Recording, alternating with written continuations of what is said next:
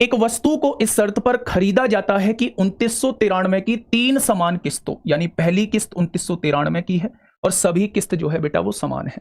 ब्याज की दर कितनी है, तो आप देखेंगे 10% है। जबकि ब्याज वार्षिक रूप से चक्रवृद्धि किया जाता है, तो वस्तु की कीमत क्या है वो आपसे ये पूछना चाह रहा है। अब मैं किस्त के क्वेश्चन को करने का तरीका, एक आसान और बेहतरीन तरीका मैं आपको बताता हूं।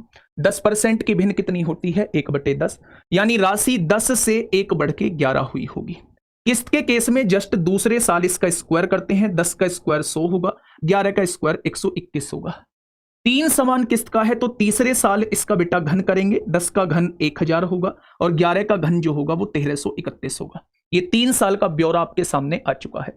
उसने कहा है कि समान किस्त लौटानी है, क्या ये समान है, तो आप कहेंगे बिल्कुल समान नहीं है। तो दोस्त समान करो, यहां 11 की गुणा करोगे तो 1331 बन जाएगा, यहां 121 की गुणा करोगे तो 1331 बन जाएगा।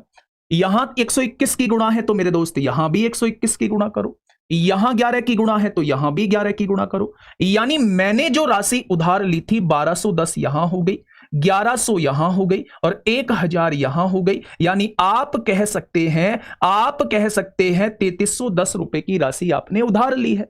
लेकिन बेटा 3310 रुपए की राशि तब आपने उधार ली है जब आप 1331 की प्रत्येक किस्त लौटाते हो। उसने कहा है प्रत्येक किस्त की कीमत 3993 है।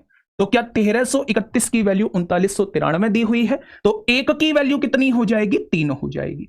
एक की वैल्यू 3 है तो बेटा 3310 की वैल्यू कितनी हो जाएगी, तो आप कहेंगे 3 एकम 3, 3 तिया 9 और 3 तिया 9। यानी मैंने जो राशि उधार ली होगी वो 9930 रुपए जो है वो उधार ली होगी। कितनी राशि उधार